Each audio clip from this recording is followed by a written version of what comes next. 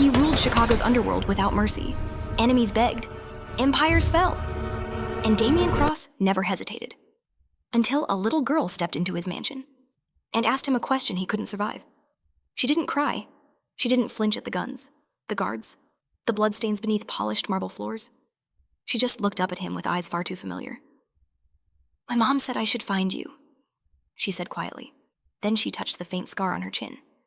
"You have one too, don't you?" Damian felt the room tilt. Before he could speak, his phone vibrated in his pocket. A single message flashed on the screen. "We have Scarlett, the woman he loved, the child he never knew existed, and an enemy who had just learned his only weakness." That night, the most feared man in Chicago realized the truth. Power could protect an empire, but it could also cost him everything. The night Damian Cross took full control of Chicago's underworld, the city learned how to kneel. Blood washed the docks. Alliances collapsed in a single breath. Men who once spoke his name with mockery now lowered their eyes when it was mentioned. By dawn, the throne was his, and the title followed naturally the wolf. Cold, precise, ruthless. A man who never hesitated and never left witnesses when the line was crossed. No one knew that on the very same day. Damian still honored a ritual that had nothing to do with power. He bought flowers, not lavish arrangements meant to impress, not roses drenched in symbolism, just simple white lilies, tied with thin string, the kind his mother used to love. Every year, on the same date, no matter how many bodies fell or how many deals were sealed in blood. He made the same stop before heading to the cemetery. The flower shop sat at the edge of the city, tucked between a shuttered bakery and an abandoned laundromat. It was small, almost invisible, the kind of place the Wolf of Chicago should never have noticed, let alone entered. But Damian pushed open the door anyway. The bell chimed softly, and the world stopped. Scarlett stood behind the counter. Not a memory, not a ghost, not a woman preserved in regret and silence. She was real, her auburn hair tied loosely at the nape of her neck, a few strands escaping, brushing against her cheek. She looked thinner than he remembered, sharper somehow, but her eyes were unmistakable, the same eyes that once held his secrets, his anger, his rare moments of peace. For 8 years, Damian had believed she had vanished from the world. For 8 years, he had been wrong. Their gazes collided, and neither of them moved. No greeting passed between them, no accusation, no relief, just a suspended second filled with everything they had never said. Scarlett's fingers tightened around the bouquet she was arranging. Then, abruptly, they trembled. The flowers slipped from her grasp and scattered across the floor. Damian bent down to help her without thinking. The wolf did not kneel for anyone. Yet here he was, gathering fallen lilies with hands that shook for the first time in over a decade. Scarlett noticed. Her breath caught not because she was afraid, but because she recognized that tremor. It frightened her more than anger ever could. She did not ask how he had found her, did not ask what he had become. When she finally spoke, her voice was steady, controlled, but it carried weight. "You shouldn't have come." Damian looked up at her slowly. "I didn't know." "That doesn't change anything," she said, placing the flowers back on the counter with deliberate care. "You don't belong here anymore." Before he could respond, she turned away. And that was when Damian saw her. A little girl stood near the doorway, half hidden behind a shelf of potted plants. She couldn't have been more than 8 years old. Her dress was simple, her shoes slightly scuffed. She watched him with quiet intensity, head tilted just a fraction, as if studying something deeply familiar. Damian's chest tightened. The child didn't smile, didn't recoil at the sight of the guards waiting outside or the quiet menace that clung to him like a second skin. Her eyes were dark, sharp, far older than her small frame suggested. Scarlett followed his gaze and stiffened. "Grace," she said softly. Too softly. "Go to the back." Grace didn't move. Instead, she stepped forward. Damian felt something shift inside him, an unease he couldn't explain. A pull that had nothing to do with instinct or strategy. The girl stopped a few steps away from him and looked up, unblinking, not afraid, not curious in the way children usually were. Curious like someone staring into a mirror.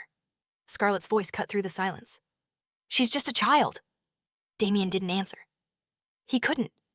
His attention was fixed on the girl's face, on the shape of her brows, the angle of her jaw, the way her gaze assessed rather than questioned.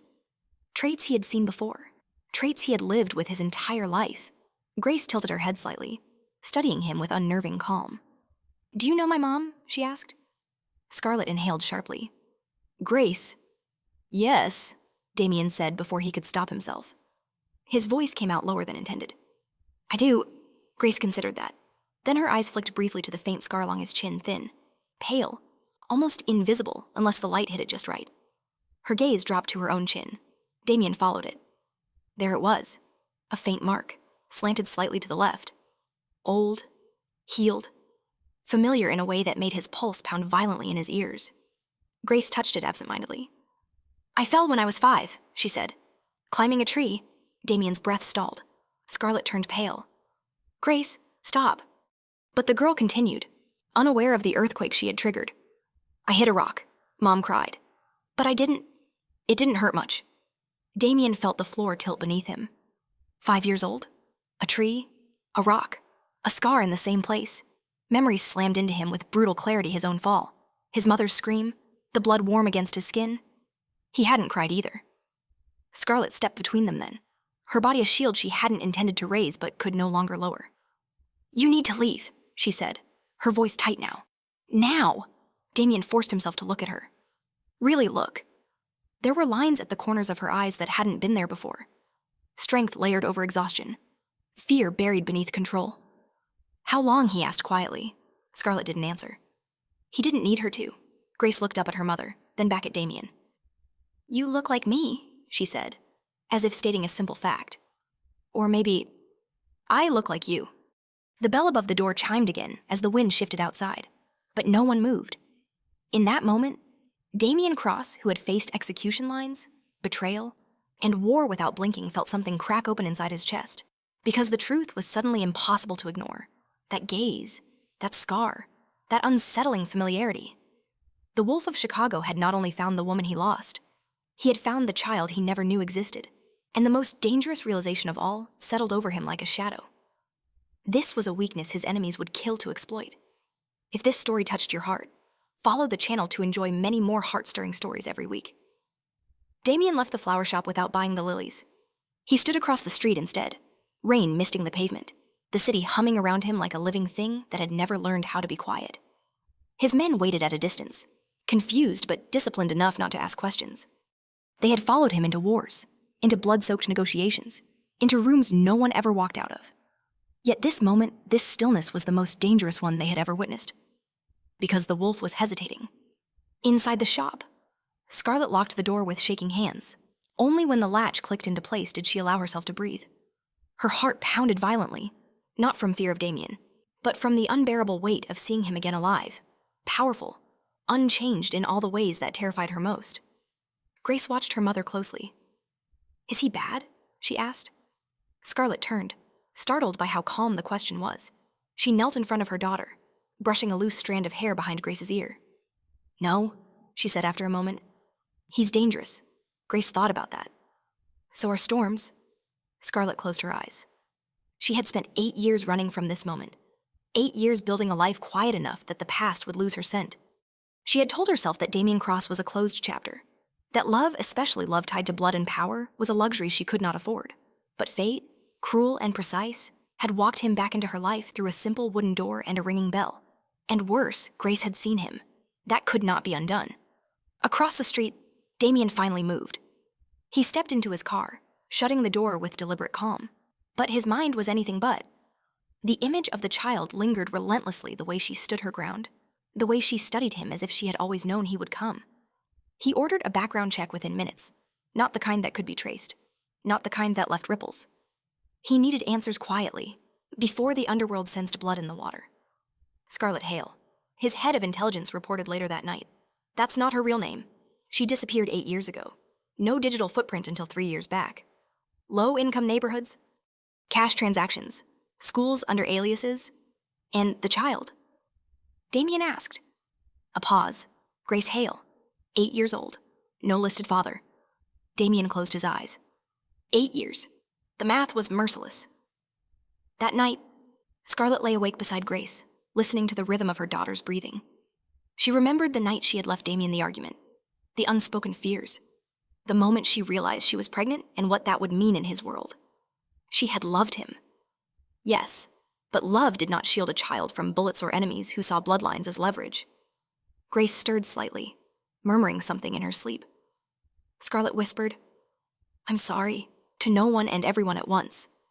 The next morning, Damien returned. Not to the shop, to the school. He watched from his car as children poured through the gates, laughter cutting through the gray air. Grace emerged among them, her backpack too large for her shoulders, her posture composed, alert. She paused suddenly, turning her head. Their eyes met again. Damien felt it like a blow to the chest. Grace did not wave. She did not smile. She simply looked at him for a long moment, then walked away as if satisfied. That afternoon, Scarlet confronted him. "You're following us," she said, standing in the doorway of the shop, her voice low but steady. "I'm protecting you," Damien replied. "You're exposing us." He stepped closer. "Tell me the truth." Silence stretched between them, heavy and fragile. Scarlet's control finally cracked not into hysteria, but into exhaustion. "She's yours," she said. The words did not explode. They settled. Damien absorbed them slowly, as if accepting a verdict that had always been waiting. "Why didn't you tell me?" Scarlet laughed softly, bitterly. "Because you would have taken her into your world, and I would have lost her. I would never." "You don't get to promise that," she cut in. "You don't know what it's like to raise a child while looking over your shoulder every second." "I do." Damien said nothing. Grace appeared then, sensing the shift in the air. She walked straight to Damien, stopping inches from him. "So," she said, looking up, "you're my dad." He knelt, meeting her gaze. "If you'll have me." Grace studied him carefully, as if weighing something important. "I don't like loud voices," she said. "And I don't like liars." A corner of Damien's mouth lifted despite himself. "Neither do I." She nodded once. "Okay." Scarlet watched, stunned by how easily the bond formed and terrified by how quickly it could be taken away. Because somewhere in the city, unseen and patient, enemies were already watching. And Damien Cross, for the first time in his life, had something to lose. Damien Cross did not move into Scarlet's life gently. He did not know how. Power had taught him to take space, not ask for it, and restraint was a language he was only beginning to relearn. Still, after that night, he kept his distance in ways that mattered. No guards at the door, no cars lingering too long, no visible signs that the Wolf of Chicago had staked a claim on a quiet corner of the city. But he was there. Scarlet felt it in the way the streets seemed subtly safer, in how unfamiliar men disappeared before they could linger too long outside the shop. Damien never said anything. He didn't need to. Protection was his instinct, even when it frightened her more than danger ever had. Grace noticed everything. She noticed that the broken streetlight near their apartment was suddenly fixed, that the old man who used to loiter by the alley never came back, that her mother slept a little lighter, her hand no longer clenched into the sheets every night. Grace didn't ask questions. She observed, stored information away, and formed conclusions that went far beyond her years. Damien began visiting the shop after hours, when Grace was doing homework in the back room. He and Scarlet spoke in low voices, circling each other carefully, as if one wrong word might detonate something fragile and irreversible. Their history hung between them unfinished, unresolved, dangerous. "You can't just insert yourself," Scarlet said one night, her back to him as she cleaned the counter. "This isn't a business negotiation." "I know," Damien replied. "That's why I'm trying not to." She laughed softly, humorless. Trying isn't enough when lives are involved. His gaze followed the small movements of her hands, memorizing details he had no right to want back. "Tell me what you're afraid of." Scarlet stopped. Slowly, she turned to face him. "I'm afraid you'll win," she said honestly, "that your world will swallow her the way it swallowed you." Damien absorbed that without protest. "I won't let that happen. You don't get to decide that alone." Grace appeared in the doorway then, holding a book to her chest. "Mom," she said, interrupting with quiet authority. "Someone was asking about you at school today." Scarlet stiffened instantly. "Who? A man," Grace replied. He smiled too much. Damien's expression darkened almost imperceptibly. "What did he say?" "He asked if I lived with both my parents." Grace said, "I said no." Scarlet felt the ground shift beneath her feet. That night, Damien doubled security not with men and guns, but with information. His intelligence network moved silently, tracing questions backward through shadows and whispers. It didn't take long to find the source. Jonathan Reed? The name tasted bitter. Jonathan had been at Damien's side since the early days, a strategist, an advisor, a man who knew where the bodies were buried because he had helped choose the graves. Damien had trusted him implicitly. More than that, he had considered him family. The discovery unsettled him more than he allowed himself to show. Scarlett sensed the change before Damien said anything. "Something's wrong," she said quietly, watching his reflection in the shop's darkened window. "Jonathan knows about Grace," Damien admitted. Scarlett's breath caught. "How?" "Because someone sold the information," he said. "And Jonathan is the only one who could—" Silence pressed in, thick and suffocating. Scarlett thought of the years she had spent hiding, the precautions she had taken, the sacrifices she had made to keep Grace invisible. One betrayal was all it took to unravel everything. "What does he want?" she asked. Damien didn't answer immediately. He was thinking of Victor Thornton, the rival who had been testing his borders for months, probing for weaknesses with calculated patience. "Leverage," he said finally. Grace listened from the hallway, unseen. She understood enough to feel the weight of it settle on her shoulders. That night, she crept into her mother's bed and whispered, "If they come for us, I can hide." Scarlett wrapped her arms around her daughter tightly, heart breaking all over again. "You shouldn't have to, but I can," Grace said calmly. "You taught me." The next day, Jonathan Reed walked into Damien's office like nothing had changed. He smiled, joked, spoke of shipments and territories. Damien watched him carefully, seeing every familiar gesture through a new, colder lens. "You've been busy," Damien said casually. Jonathan raised a brow. "Haven't we all?" Damien leaned back in his chair. "You ever wonder what would happen if someone found out where your loyalty truly lies?" Jonathan's smile flickered for just a fraction of a second. That was all Damien needed. By the time Jonathan realized the walls were closing in, it was too late. He was escorted out under the guise of a private meeting, his phone confiscated, his access severed. He didn't resist. He simply looked at Damien with something like regret. "You always were blind where it mattered," Jonathan said quietly. "You should have known the moment you chose love over control." Damien said nothing. That night, Scarlett packed a bag. "I can't stay," she told Damien, her voice steady but distant. "Not like this." He wanted to argue, wanted to insist, to command, to fix. Instead, he nodded. "Where will you go?" She hesitated. "Somewhere you can't follow." Grace stepped forward, holding her mother's hand. She looked at Damien one last time, her expression unreadable. "Don't look for us," she said softly. "If you do, they'll follow." Damien watched them leave, the door closing quietly behind them. For the first time since learning the truth, the Wolf of Chicago stood alone, fully aware that the most dangerous part of his life had already begun. And somewhere in the darkness, Victor Thornton smiled, knowing the game had finally found its stakes. Scarlett disappeared the way she always had, quietly, deliberately, without leaving a trail that could be followed by anyone who did not already know how she thought. By dawn, the apartment was empty, the shop's windows were dark. Even the faint rhythm of her presence seemed erased, as if she and Grace had never existed at all. Damien knew better. He stood in the silent flower shop long after his men had searched it twice, touching nothing, disturbing nothing. Scarlett hadn't fled in panic. Panic left mistakes. She had left with intention, clothes taken carefully, cash withdrawn in staggered amounts. No phone, no pattern. She had learned how to survive by staying invisible, and she was very good at it. Too good. For the first time since claiming the throne, Damien felt the weight of power pressing uselessly against his chest. Every connection he had ever built, every line of authority he could draw upon, suddenly felt like noise. The world he ruled was loud, brutal, obvious. Scarlett's world was quiet, disciplined, and gone. "She won't run forever," Marcus said carefully. Standing near the door, Damien didn't turn. "She's not running," he replied. "She's protecting."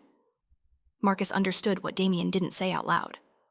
Grace, that name had already become dangerous. Damien ordered the city sealed, not in the way his enemies would notice. No checkpoints, no open violence. Instead, ports slowed, flights quietly flagged. Names passed through systems that never officially existed.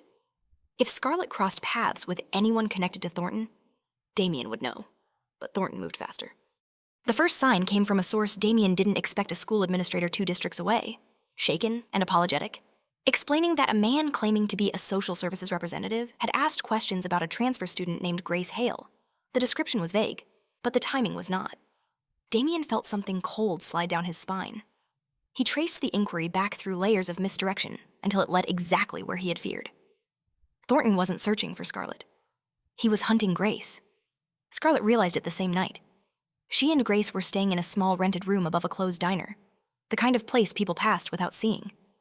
Scarlett had chosen it carefully, but she had underestimated how quickly a child could become visible once someone knew where to look. Grace sat on the bed, legs tucked beneath her, watching her mother pace. "They found us," she said quietly. Scarlett froze. "Why do you think that?" "Because you're not breathing right," Grace replied. "And because the man downstairs stopped pretending to read the menu?" Scarlett's chest tightened. She moved to the window and saw him leaning against the diner's front window, phone raised just slightly, his posture too alert to be casual. Scarlett didn't hesitate. She grabbed their bags and pulled Grace toward the back stairs, heart pounding. They made it halfway down the alley before a voice called out, "Scarlett." She turned slowly. The man smiled politely. "My employer would like a conversation." Scarlett stepped in front of Grace instinctively. "Tell him no." The man's smile thinned. That wasn't the offer. They ran. Scarlett had planned for many things. She had not planned for how quickly the streets could close in when someone wanted her cornered. They made it 3 blocks before a car screeched to a stop ahead of them, cutting off escape. Grace squeezed her hand. "Mom." "It's okay," Scarlett whispered. Though it wasn't. She turned, already calculating angles, distances, chances. Then gunfire shattered the air. The man dropped before he could raise his weapon. The car ahead erupted into chaos as black vehicles flooded the street, blocking exits with brutal efficiency. Within seconds, Damien's men had surrounded them. Scarlett's knees nearly buckled with relief and fury intertwined. Damien emerged from the nearest car, his face carved from stone. His eyes went straight to Grace. She was unhurt. Only then did he look at Scarlett. "I told you not to disappear," he said quietly. Scarlett's voice shook despite her effort to steady it.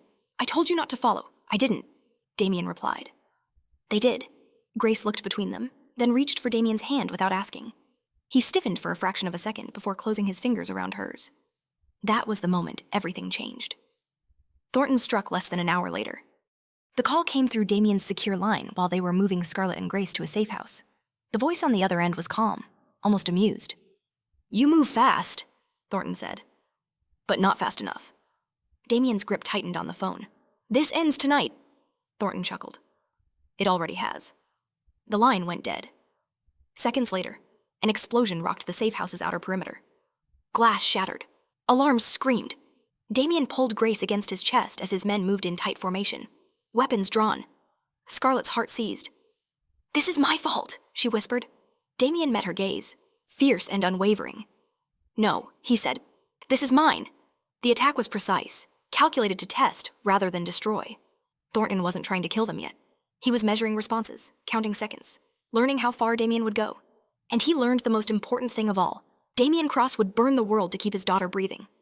When the smoke cleared and the attackers vanished, Damien stood amid the wreckage, his decision already made. He looked at Scarlett, at Grace clinging to him with quiet trust, and understood the truth he had been avoiding. Running had failed. Hiding was no longer an option. If Thornton wanted war, Damien would end it not as a king defending an empire, but as a father protecting his child. And this time, he would strike first. The safe house smelled of smoke and broken glass long after the attackers were gone. Damien stood in the center of the ruined room, listening to the echo of alarms fade into silence, his mind already moving several steps ahead. This was no longer a warning. Thornton had crossed the line that could not be uncrossed. Grace sat on the edge of the couch, her small fingers clenched in the fabric of Damien's coat. She had not cried. That unsettled him more than screams ever could. Children were supposed to fear chaos. Grace observed it, cataloged it, and adjusted. It was a trait Damien recognized with uncomfortable clarity. Scarlett hovered close, watching every shift in his expression. She had seen him angry before. She had never seen him this focused. The wolf had found a purpose sharper than power. "You can't keep her here," Scarlett said quietly. "Every place connected to you becomes a target." Damien nodded once. "She won't stay." Grace looked up. "Where will I go?" "Somewhere even I can't reach easily." Damien answered. He knelt to her level, steadying his voice. "You'll be safe." Grace searched his face. "And you?" He didn't answer immediately. The truth was too heavy to dress up. "I'll make sure no one follows." Scarlett understood what that meant. She turned away before the fear in her eyes betrayed her. "This isn't protection," she said softly. "This is sacrifice." "Yes," Damien replied. "Mine." The plan formed quickly, not through violence, but through misdirection. Damien ordered 3 false movements across the city, safe houses lit up, decoys relocated, Communications leaked with deliberate sloppiness. Thornton would chase the noise. Meanwhile, Grace would vanish into silence. Before dawn, Damien drove them himself. No guards, no convoy, just the quiet hum of the road and the weight of everything unsaid. Grace watched the city slip away through the window, her reflection overlapping with Damien's in the glass. "Will you come back?" she asked suddenly. Damien's hands tightened on the steering wheel. "I don't leave things unfinished." Grace nodded, satisfied. "Then don't die." Scarlett closed her eyes. They left Grace at a place that did not belong to Damien's world, an old monastery turned boarding residence in the countryside, guarded by anonymity rather than guns. The woman who greeted them knew nothing of names or power. She only saw a child who needed shelter. Grace hugged Scarlett tightly, then turned to Damien. She hesitated, then wrapped her arms around his neck. He froze, then returned the embrace carefully, as if afraid to break her. "Be careful," she whispered. Damien watched her walk away without looking back.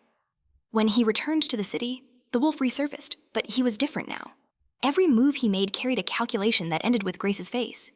He summoned Jonathan Reed from confinement. Jonathan entered the room pale but composed, hands bound loosely, eyes sharp despite the circumstances. "You should have killed me," he said. Damien studied him. "I need you alive." Jonathan laughed quietly. "Thornton won't let me be." "Then you'll help me," Damien said. "Or you'll die slowly." Jonathan's gaze hardened. "You always did misunderstand loyalty." Damien leaned in. "No, I understand leverage. The truth spilled in fragments routes, contacts, the warehouse at West Harbor where Thornton staged his operations." Jonathan had sold information piece by piece, never realizing which detail would matter most. Grace's existence had been the key Thornton had waited for. By nightfall, Damien had everything he needed. Thornton made contact first. "I hear you've been busy," he said, his voice smooth over the line, moving pieces off the board. "You took something that belongs to me," Damien replied. Thornton laughed. "You mean the woman or the child?" Damien said nothing. "That silence," Thornton continued, amused. "That's how I know I've won." "You've miscalculated," Damien said calmly. "You think fear makes me predictable." "And doesn't it?" Thornton asked. Damien ended the call. Scarlett waited for him in the dim light of the penthouse, tension woven into every line of her body.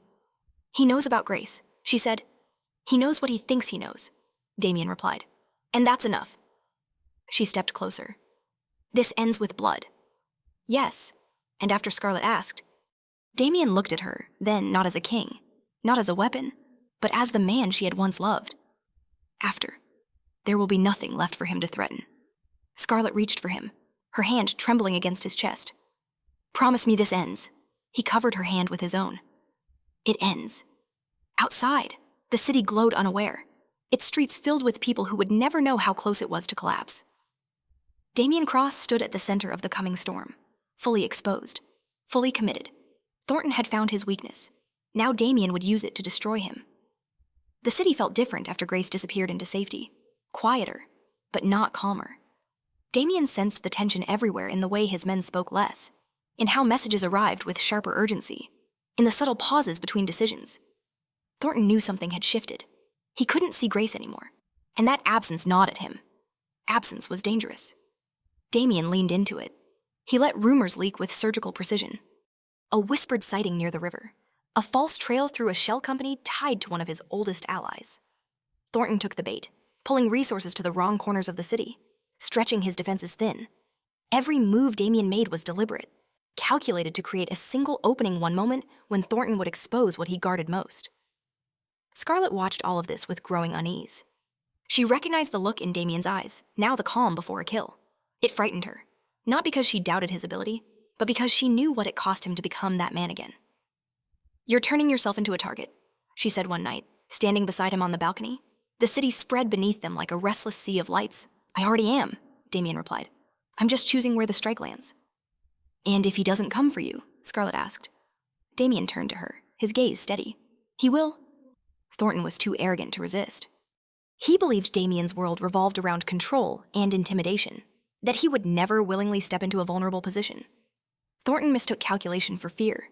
That was his mistake. The message arrived shortly before midnight. "West Harbor. Come alone. Bring the woman."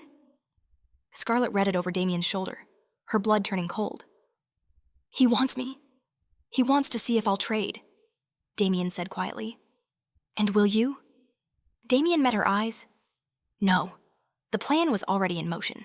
Marcus and the others would move through the underground tunnels leading into the warehouse, routes Damien had mapped years ago and Thornton had never fully secured. The timing had to be perfect. If Damien went too fast, Thornton would panic. Too slow, and Scarlet would be used as leverage. Scarlet realized the truth then, sharp and terrifying. You're offering yourself. Yes, Damien said simply. He won't risk killing me if he thinks I'm the key to finding Grace. Scarlet grabbed his arm. That's not strategy. That's suicide. It's faith, Damien replied. In my people. In my timing. In me, she asked softly. He didn't hesitate. In you, most of all. They arrived at the pier wrapped in fog, the air thick with salt and rot. Damien stepped out of the car alone, exactly as Thornton had demanded. No visible weapon, no guards, just the wolf walking willingly into the dark. Thornton waited at the far end, surrounded by gunmen, his smile sharp with anticipation. You disappoint me, he called out. I thought you'd bring the child. Damien stopped a few paces away. You don't get to see her. Thornton's eyes flicked behind Damien, searching, finding nothing. Then you have nothing to bargain with. I have time, Damien said calmly, and patience. Kill me and you'll never find her. Thornton laughed, but the sound rang hollow. He knew Damien was right. The child was the final piece. Without Damien alive, the trail would go cold. Bring her out, Damien said. Damien. Scarlet was dragged forward, her hands bound, her face bruised but defiant. When she saw Damien, worry flashed across her eyes, not for herself, but for him. That was the moment Thornton noticed, and his smile widened. So, he said lightly, this is love. Scarlet met Damien's gaze, her lips barely moving. Trust them. Damien inclined his head almost imperceptibly. Thornton circled them slowly. You always did have one flaw. Cross. You protect what you love, and that makes you predictable. No, Damien replied. It makes me honest. The first shot rang out not from Thornton's men, but from somewhere unseen. A guard fell. Chaos erupted. Thornton spun, shouting orders, too late to stop what Damien had set in motion. Marcus's team breached the warehouse at the same moment, cutting power, sealing exits. Damien moved instantly, disarming the nearest gunman with brutal efficiency. He took a blow to the shoulder, felt the heat of pain, ignored it. His focus never left Scarlet. A second shot cracked through the fog. Damien felt it tear across his side and staggered, blood soaking into his coat. Scarlet screamed his name, struggling against her restraints. Thornton raised his weapon, fury replacing amusement. You should have stayed king, he snarled. Damien forced himself upright, meeting Thornton's gaze with a ferocity that burned through the fog. I chose to be a father. Then the lights inside the warehouse flared on. Marcus emerged behind Thornton, gun leveled. It's over. Thornton froze, realization dawning too late. As his men were subdued and dragged away, Damien dropped to one knee, breath ragged. Scarlet was freed and rushed to him, her hands shaking as she pressed against his wounds. Stay with me, she whispered, tears spilling freely now. Please. Damien looked up at her, pain etched into his features, but his eyes were clear. I told you, he said softly. It ends. In the distance, sirens wailed, not police, but the signal Damien had arranged to mark the final collapse of Thornton's network. The trap had closed, but the cost had already been paid in blood. Damien did not remember falling. He remembered the sound of Scarlet's voice first raw, fractured, calling his name as if she could pull him back by force alone. Then there was the cold pier beneath him, seeping through his coat, through the blood-soaked fabric, into his bones. The world narrowed to fragments, fog drifting low, distant shouts, the weight of hands pressing against his wounds. He opened his eyes briefly and saw Marcus above him, face hard, focused. Stay with us, Marcus said. You don't get to rest yet. Damien wanted to laugh. Rest had never been an option. The ride away from the pier blurred into a haze of pain and motion. Sirens howled in the distance, not as a threat, but as a signal. Thornton's empire collapsing piece by piece as Damien's orders rippled through the city. Warehouses seized, accounts frozen, allies turning silent. The war had tipped, irrevocably, but Damien barely registered it. Scarlet held his hand the entire time. She didn't cry. Not yet. She pressed her forehead against his knuckles and whispered his name again and again, grounding herself in the rhythm of his breathing. She had lived too long knowing panic was useless. Survival demanded focus. At the private medical facility, Damien slipped in and out of consciousness as doctors worked quickly, efficiently. Bullets removed, blood replaced. The damage was serious but not fatal if he stayed awake long enough to let his body fight. Scarlett refused to leave. When the doctor finally stepped back, exhaustion lining his face, Scarlett rose slowly. "Will he live?" she asked. The man hesitated. "He wants to," he said honestly. "That helps." Hours passed in measured silence. The city outside burned through the night, unaware that its most dangerous king lay stripped of armor, reduced to flesh and breath and fragile will. Scarlett sat beside the bed, watching Damien's chest rise and fall, her hand never leaving his. She thought of the night she had left him 8 years ago, of how she had believed distance could save them both. Now she understood the truth with painful clarity. Love didn't disappear when you ran from it. It waited. And when it returned, it demanded everything. Damien woke just before dawn. His eyes opened slowly, unfocused at first, then sharp with instinct. His hand tightened weakly around Scarlett's fingers. "Grace," he rasped. "She's safe," Scarlett said immediately. "She doesn't know any of this." Relief flickered across his face, so fleeting it almost hurt to witness. "Good. You're allowed to worry about yourself now," she whispered. Damien turned his head slightly to look at her. Even pale, even wounded, his presence filled the room.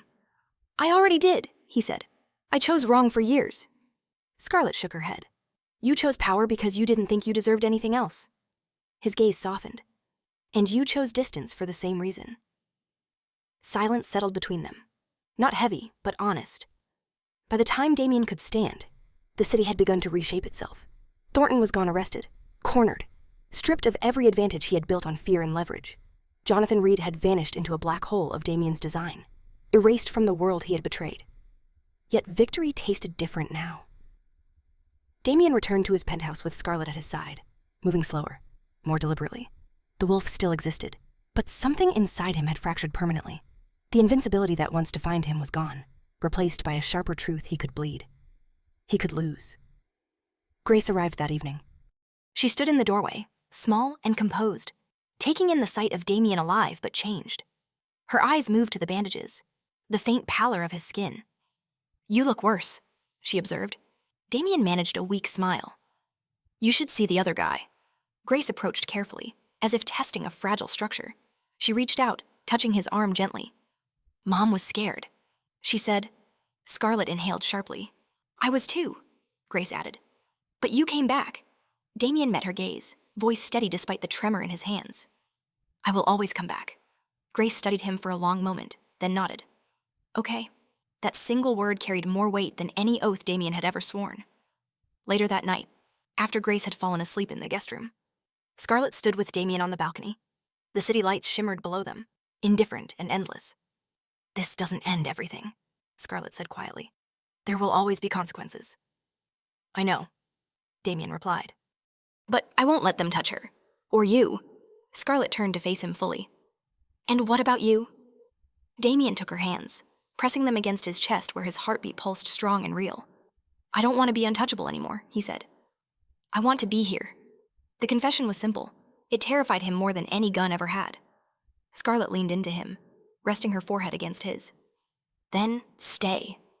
For the first time since becoming the Wolf of Chicago, Damien Cross allowed himself to believe that survival did not have to mean solitude. But far from the balcony, beyond the reach of city lights, someone was still watching. Because empires rarely died quietly, and the night that broke the wolf was not yet finished. The city did not celebrate peace. It held its breath. In the days after Thornton's arrest, Chicago's underworld shifted like a wounded animal, quiet, cautious, uncertain of where the next blow might fall. Damien felt it in the pauses between reports, in the way old allies hesitated before answering calls. Empires did not vanish overnight. They rotted slowly, and rot had a way of spreading. Damien healed, but not completely. The wound at his side pulled when he moved too fast, a reminder written into his flesh. He welcomed the pain. It kept him honest. It kept him aware that every decision now carried a weight he could no longer shrug off. Scarlett watched him closely. She saw how he chose restraint where he once would have chosen force, how he listened more than he spoke. It was not weakness. It was recalibration. The wolf was learning new rules. Grace noticed too. She spent afternoons at the penthouse window, drawing quietly while Damien worked nearby. Sometimes she asked questions, simple ones that cut deep. Why do people want what you have? Why don't they stop when they're scared? Damien answered carefully, shaping truths into something a child could carry without breaking. Fear makes people greedy, he said once, and greed makes them loud. Grace nodded, filing it away. The first sign that the war wasn't over came disguised as mercy. A message arrived through an intermediary, an offer of surrender from a faction that had once sworn loyalty to Thornton. They wanted protection, forgiveness, a chance to survive the new order Damien was building. Marcus advised caution. Scarlet felt unease settle in her chest like a stone. Damien accepted the meeting. It took place in a neutral warehouse near the river, stripped of decoration and heavy with silence. Damien arrived without spectacle, dressed simply, his presence alone enough to command attention. The men who faced him looked nervous, humbled. They spoke of peace, of cooperation, of moving forward. Damien listened. He agreed to their terms. And as they left, relieved and grateful, he noticed the smallest thing a glance exchanged between two of them. Too quick, too rehearsed. A look meant to confirm timing. That night, Damien did not sleep. He walked the halls of the penthouse instead, mind tracing invisible lines between past betrayals and present opportunities. Thornton had been a strategist, but he had not been alone. No empire ever stood on one man's ambition. It stood on those who waited for him to fall. The attack came before dawn.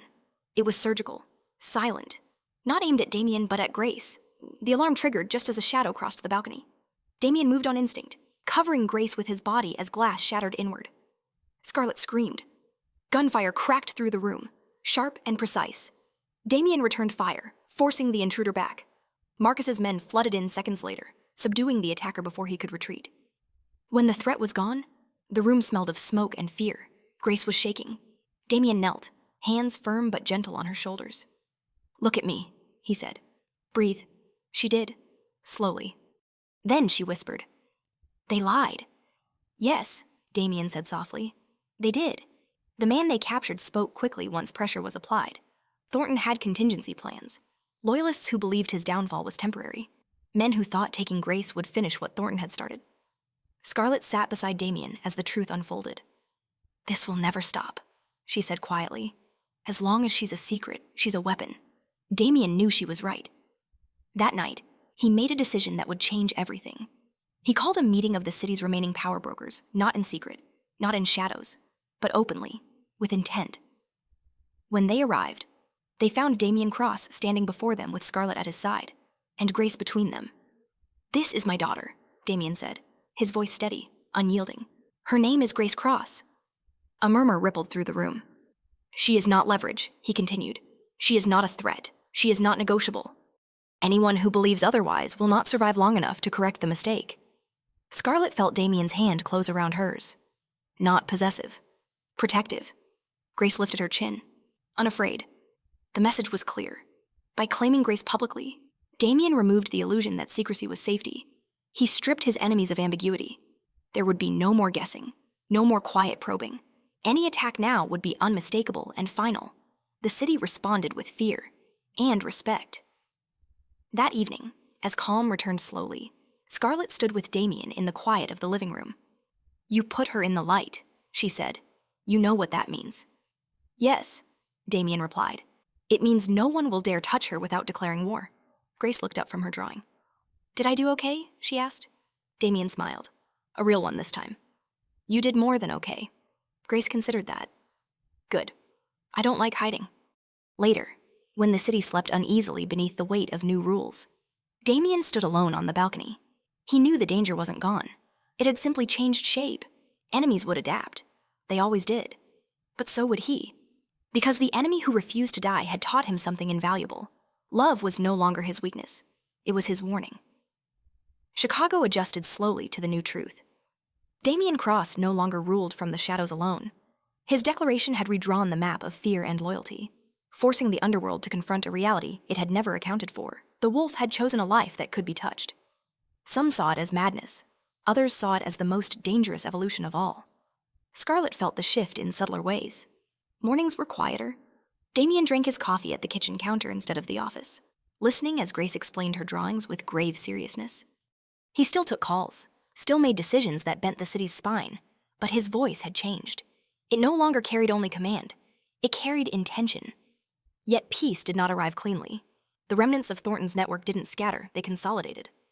Damien's intelligence began picking up the signs in encrypted chatter. Money moving through dormant channels. Men disappearing from known territories. Someone was gathering what was left, pulling the broken pieces into a shape that felt uncomfortably familiar. Scarlet sensed it before Damien said a word. He grew quieter again, more watchful.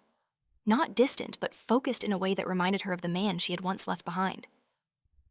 "This isn't over," she said one evening, standing beside him in the dim light of the living room. Damien nodded. "No, but it's close." Grace, curled up on the couch with a book, looked up. "Close means soon," she said matter-of-factly. Damien smiled faintly. "Yes, soon." The final threat revealed itself through an old name. Elias Crown had once been a financier on the edge of Thornton's empire, a man who never touched blood himself, but funded those who did. He had vanished when Thornton fell, slipping beneath the chaos like a shadow. Now he resurfaced with precision, absorbing loyalists, buying silence, offering protection to men who feared Damien's new order. Crown didn't want Grace. He wanted Damien to choose. The message arrived as a simple invitation. One location, one time, no weapons, no intermediaries. Crown promised answers. He promised an end. Scarlet read it, her fingers tightening around the paper. "This is a trap." "Yes," Damien agreed calmly. "And the last one." She met his gaze. "You don't have to do this alone, I know," he said, "but I have to be the one who walks in." That night, Damien told Grace the truth, not in pieces, not softened beyond recognition. He told her that some people believed power was something to steal, that fear was something to trade. He told her that those people didn't understand what mattered. Grace listened without interrupting. When he finished, she asked only one question. "Will you come back?" Damien crouched in front of her, placing his hands on her shoulders. Yes. She searched his face with the same careful seriousness she always used. Then she nodded. Okay. The meeting took place in an abandoned theater downtown, its velvet seats torn, its stage bare. Damien arrived alone, stepping into the echoing space with measured confidence. Elias Crown waited near the center, impeccably dressed, his smile thin and knowing. "You changed the rules," Crown said lightly. "That unsettled a lot of people." "Good," Damien replied. "That was the point." Crown circled him slowly. "You could have had everything, absolute control. Instead, you chose exposure. I chose truth." Crown laughed softly. "Truth is expensive. So is war," Damien said. "And you're losing." The conversation was quiet, almost civil, but every word carried the weight of lives balanced on its edge. Crown spoke of compromise, of shared territory, of a future where Grace remained untouched as long as Damien stepped back, relinquished influence, became a figurehead rather than a force. Damien listened until Crown finished. Then he spoke once. No. The silence that followed was complete. Crown's smile vanished. "You're condemning your city." "No," Damien said evenly. "I'm freeing it." The trap closed swiftly after that, not with bullets, but with evidence. Damien had spent weeks dismantling Crown's network from the inside, tracing money, turning allies, exposing corruption that extended far beyond the underworld. By the time Crown realized what was happening, authorities were already moving. The theater doors opened to flashing lights and measured footsteps. Crown stared at Damien in disbelief. "You planned this from the start." "Yes," Damien replied, "because I won't leave loose ends where my daughter can trip over them." When Damien returned home, dawn was breaking. Scarlet waited for him on the balcony, the city pale and quiet beneath the rising light. She didn't ask what had happened. She didn't need to. She saw it in the way his shoulders finally eased, in the way he exhaled as if letting go of something that had lived inside him for years. "It's done," he said. She stepped into his arms, resting her head against his chest. "Then come back to us." He held her tightly, as if anchoring himself to the moment. "I'm here." Grace joined them a moment later, slipping her hand into his. The three of them stood together as the sun climbed higher, casting light over a city that would never know how close it had come to burning again. The war was over. What remained was something Damien had never prepared for. A future. The city woke to an unfamiliar quiet. Not the tense silence that followed violence, nor the cautious stillness of men waiting for retaliation, but something softer, looser, as if Chicago itself had exhaled. The underworld reorganized without bloodshed, leadership shifting through agreement rather than force. Damien Cross remained at the center of it, but no longer as a shadow looming over everything. He was present, deliberate, and for the first time visible in ways that mattered. Scarlet felt the change most in the mornings. Sunlight filled the penthouse now, uninterrupted by alarms or urgent calls. Damien brewed coffee himself, listening as Grace talked about school projects and small, serious observations about the world. He attended meetings later than before, left earlier. When he touched Scarlet, it was unhurried, grounding, as if he was reminding himself that this life was real and not something that could vanish if he blinked too long. They moved carefully at first, all three of them learning the shape of something new. Grace no longer slept with one eye open. Scarlet stopped checking exits without realizing she was doing it. Damien learned how to sit with silence, how not to fill every pause with strategy. One evening, weeks after the final confrontation, Damien took them away from the city. The house stood at the edge of a lake, surrounded by trees that whispered softly in the wind. It wasn't grand. It wasn't fortified. It was simply quiet. Scarlet understood the significance immediately. This place had no history soaked in fear, no walls that remembered gunfire. Grace explored every room with curiosity, her laughter echoing through the halls. "It smells like wood and water," she announced. "I like it." Damien watched her from the doorway, something tight loosening in his chest. "Then we'll stay," he said. Scarlet turned to him, searching his face.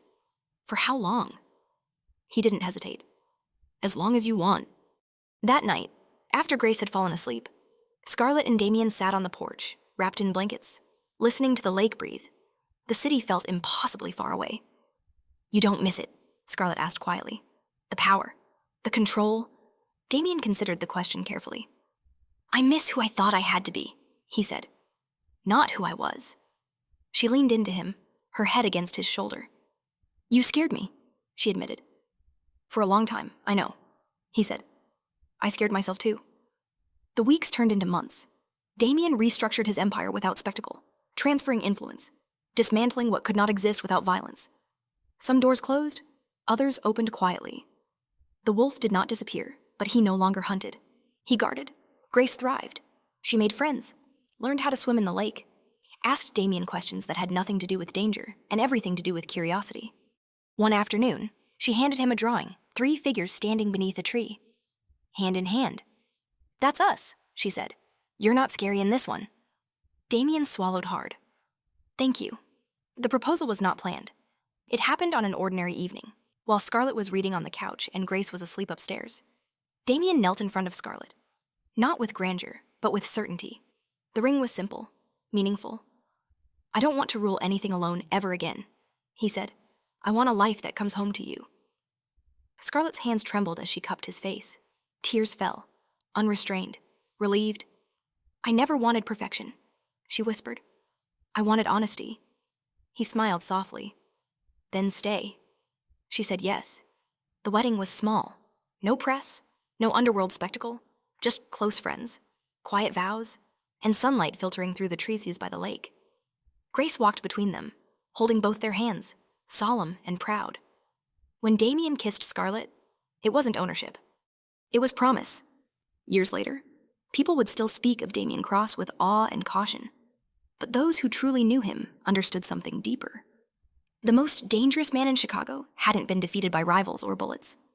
He had been changed by love. On a quiet evening, as the lake reflected the fading sky and Grace laughed somewhere nearby, Damien Cross sat beside his wife, his daughter's laughter filling the space where fear once lived.